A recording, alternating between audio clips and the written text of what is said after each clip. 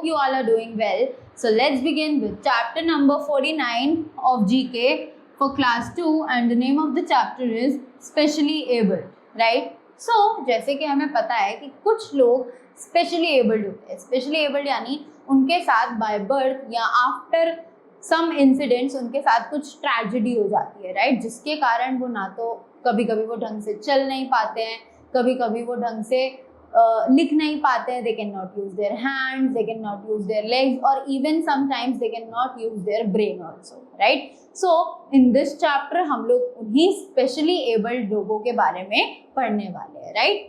So let's meet some special people who are very brave. तो हम कुछ ऐसे स्पेशल लोगों से इस चैप्टर में पढ़ेंगे जो बहुत ही ज्यादा ब्रेव है, बहादुर है, right? So let's begin. First of all, it says Edward Michael. So Edward Michael, Bear Grylls, in a British adventure,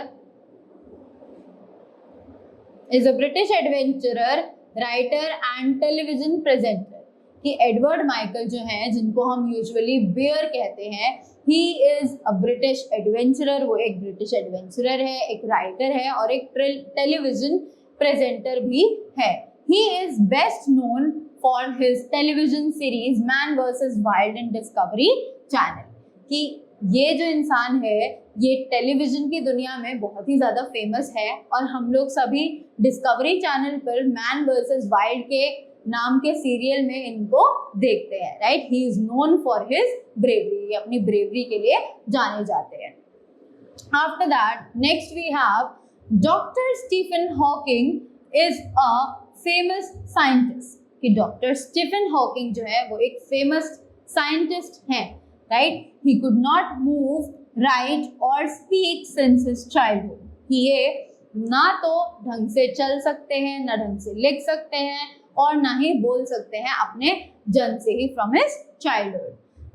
sitting on his wheel chair he makes his brain work wonders. पर इनके body parts भले ही ना काम करते हो ढंग से, but इनका जो ब्रेन है वो बहुत ही ज़्यादा अच्छे से काम करता है. So he used to sit on his wheel chair और इन्होंने अपने दिमाग को यूज करके बहुत सारे चमत्कार भी किए हैं, राइट?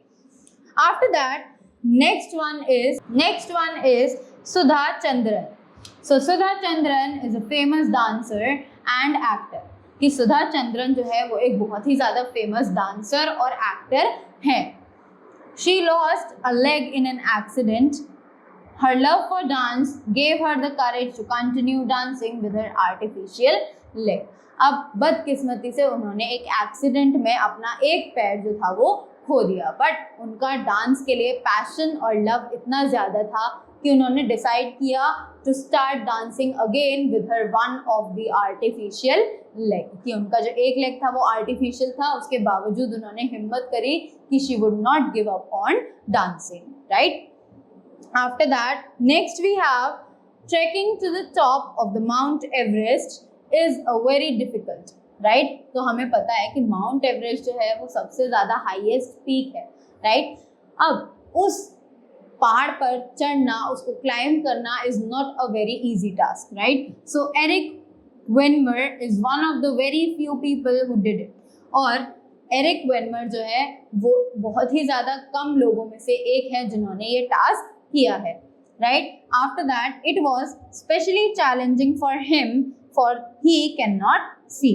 और ये टास्क उनके लिए बहुत ही ज़्यादा चैलेंजिंग था. क्यों? Because he can not see, he is blind. That is why it is a very difficult task for him to climb the Mount Everest, right? After that next we have Helen Keller. Helen Keller was the first graduate who was unable to see, hear or speak. कि ये Helen Keller नाम की जो lady है, she was the first graduate, ये पहली ऐसी graduate थी जो कि ना तो देख सकती थी, ना सुन सकती थी और ना ही बोल सकती थी, right? Her birthday on June 27 is commemorated as Helen Keller Day in the state of Pennsylvania in the USA. अब USA में पेंसिल्वानिया में ये रहती थी और उस स्टेट में 27 जून को as her commemorated day बनाया जाता है as Helen Keller Day ताकि हम लोग उनको रिस्पेक्ट पे कर सके, right? So that's all for this chapter. These were some people who are specially abled, but even though they are so much talented and they are reaching to the success. So thank you so much and have a great day ahead.